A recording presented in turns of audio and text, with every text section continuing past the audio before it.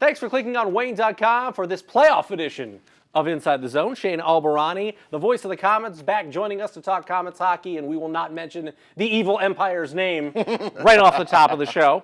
But the Komets go into the playoffs playing some pretty good hockey. 5 goals in the wins on Saturday, 5 goals on Sunday's win. So this is a team that averaged about a little over 3 goals a season. They come into the playoffs playing some pretty good hockey. And I know some of those, Cincinnati had already clinched, didn't have a lot to play for, and Wheeling was out of it. But still, it's nice to see this type of offense when you head into the postseason. Yeah, I mean, getting 3 wins on the final weekend of the season is huge. And like you said, it doesn't matter who you're playing. But, Cincinnati, they didn't rest a whole lot of guys. It was basically they had 3 healthy scratches. But, no, that was still pretty much their playoff roster that we saw. And, it was still up to debate going into that game whether Cincinnati was going to play the Komets in the first round. So you always want to have a chance to put down an opponent if you're going to see them in the playoffs. So, no, I thought that the guys answered very good after that hard-fought game Friday in Indy. And then on Sunday, Wheeling didn't have anything to play for, but he had a lot of guys playing for jobs next year. So, there was still a little bit on the line for them as well. But it's nice to go into the playoffs on a winning streak. This week ran the gamut of emotions. Wednesday night, I don't know if you saw the interview with Gary afterwards. He was unhappy. They only needed 1 point to clinch. Yeah. They did not do it. Yeah. Wednesday night on home ice against the Fuel, who, at that time, the Fuel were scrapping to try to keep their season alive. Yeah. Turnovers were a big issue. Yeah, he was that was kind of. Did you see that an improvement in taking care of the puck as the week wore on? Not so much on Friday. We gave it up an awful lot on Friday in Indy, but it did improve Saturday and Sunday, I thought. So, Friday, it felt like a playoff game because the pressure was really on them. Another 3-goal lead blown at home this time on Wednesday. So the pressure was on just to get that point. And, the Komets, we force overtime. And when overtime happened, I almost yelled Komets win, even though they didn't because we just needed that point. Well, it felt like it. It really felt like it. And then just to come back and win that game in a shootout, which is something the Komets have only done one other time this year, was also kind of huge, and you took that momentum into the weekend. Yeah, Nellis with the clincher there. It's nice to see him. He kind of came in with a pretty good resume, and he's shown quite a bit here in the last couple of weeks since we've seen him in a Komet sweater. Yeah, you never know what you're going to get when you start signing these college kids, and I think everybody has done a good job bringing some of these guys in. Some guys don't work out, obviously, but sometimes you strike gold, like you had with Anthony Nellis, who is really become an integral part of this offense. Going into the playoffs, I think people are going to keep an eye on him. I think now he may be like one of those X factors going in this first round. When we talk about team awards at the end of the season, I want to get your take on this. I know we were talking about it a little bit off camera, but Jamie Shaftsma, he took home 5 awards after Sunday's game against Wheeling, and team MVP. He said he was surprised that he was team MVP, but you say you weren't all that surprised. No, not at all, because how much time Jamie spent on the blue line this year, he's the only guy, playing forward, playing D. I think, we're going to strap the pads on him. He might get in goal one of these games of playoffs. I'd love to see it. Just I'm to sure go he'd be ahead, all right. I started calling him the Swiss Army knife because there's, That's a good way to describe what he does. Yeah, and so I think, no. And then the way this team was, up and down this year, he was the stabilizing factor. Play any position, anywhere. He could be the 10th forward. He could be on the first line. He could play defense. So, no, I think, it was appropriate to have Jamie Shaftsman as the MVP.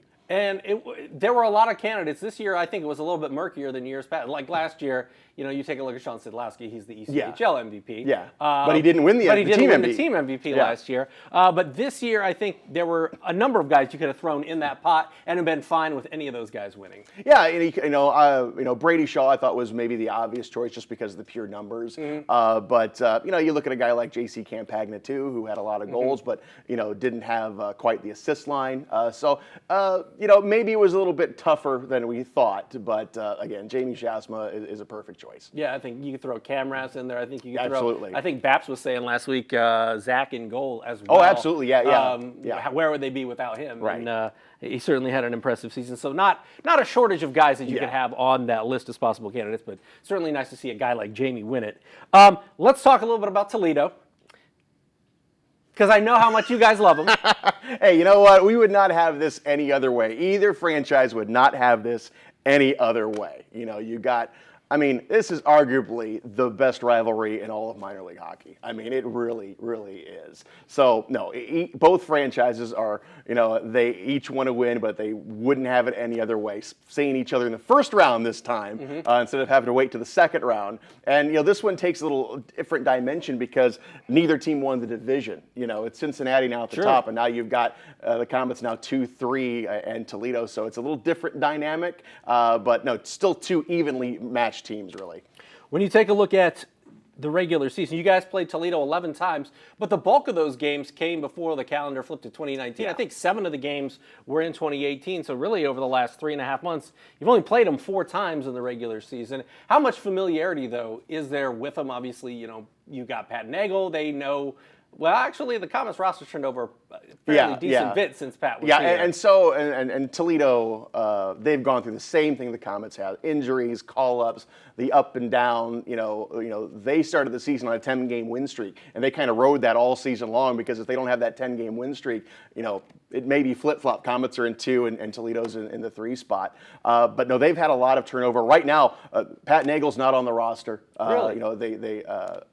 Caden Fulcher's not on the roster. They have a rookie goaltender right now, and I believe they're working with an emergency backup. Now, of course, they're going to get one of those guys back come the first round of the playoffs, come next Friday. So, but no, there's been a lot of turnover, and the teams have only faced each other, 3 times, really kind of down the stretch here. So, yeah, I mean, there might be a feeling out period there in that first round, but there's still a lot of familiar names on both teams from last year and earlier in the year. Well, if my math is correct, and it probably isn't, I had you guys 5-4-2 against them in the regular season.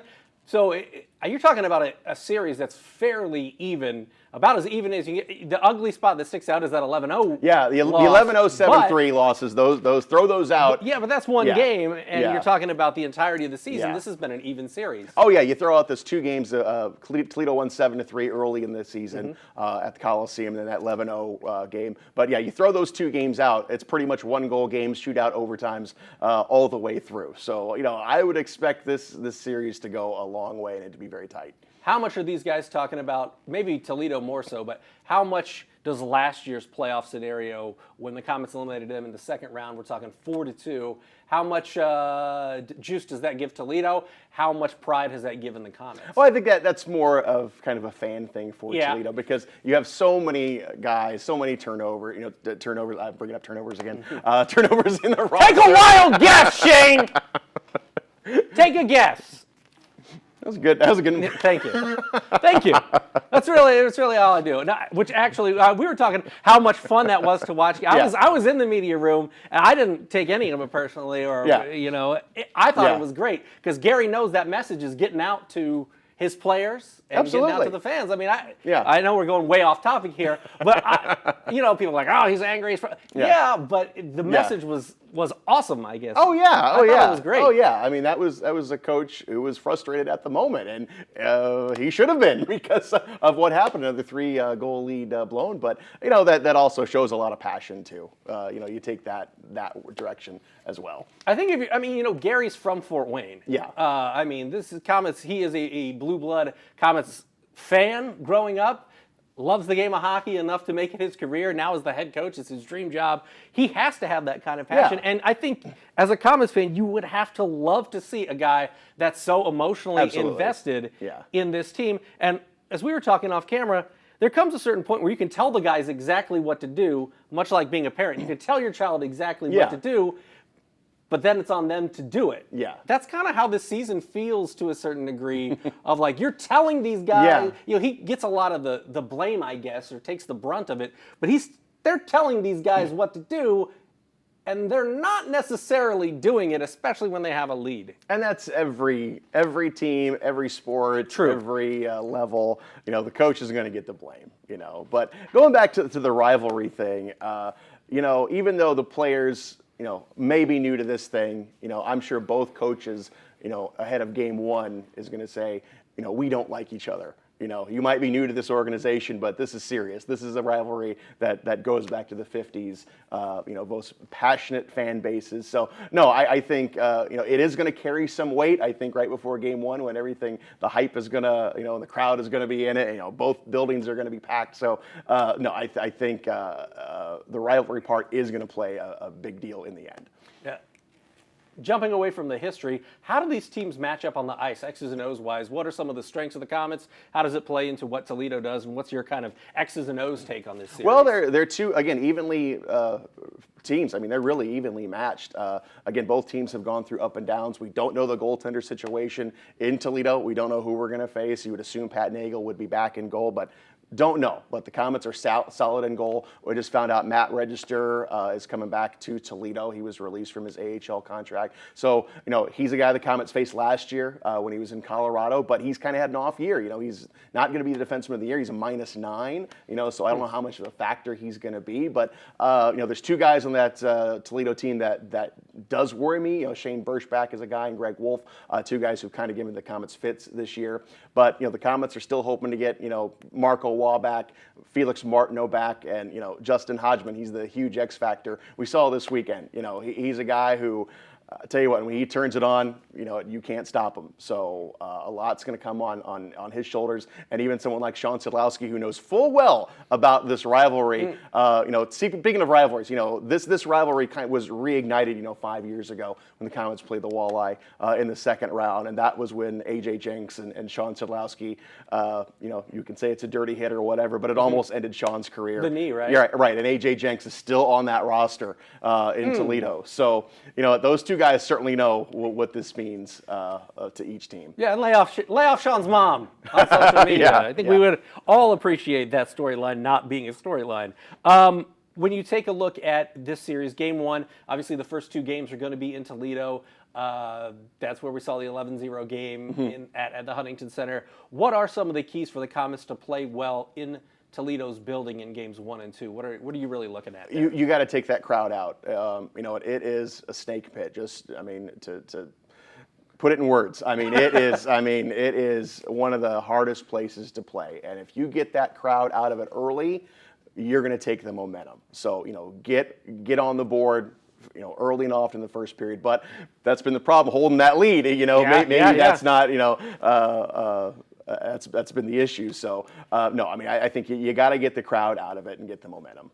Snake pit, is that respectful or is that just a reflection? No, it is. See? You know what? That is very respectful because it's a hard place to play, and that's a compliment to them. Toledo and Colorado are two of the loudest buildings I've ever been in. So. So when you get in there, you have to quiet that crowd, and it's a smaller building. The fans are on top of you. We know they're certainly a boisterous group that they're going to be heckling you. Well said. They're nonstop. So you just got to take them out of the building. All right, this is a 7-game series in the first round of the playoffs. It's a 2-2, 1-1-1. So, in your eyes, what is the X factor? What's the biggest factor for the Komets to come out victorious in this series, and what should be, I can't imagine it not going 6 games or 7 games. Yeah, you go in there the first 2 games of the Huntington Center, you want to win 1. Winning 2 is going to be a hard thing, in the Huntington Center. So you steal 1, you bring it back home.